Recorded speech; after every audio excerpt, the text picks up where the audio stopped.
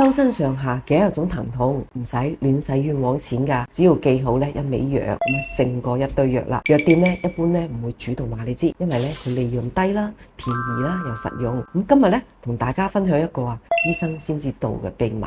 其實咧大部分嘅身體疼痛真係咧唔使大價錢去做咩理療貼嗰啲五花八門嘅藥膏錢咧使咗唔少啦。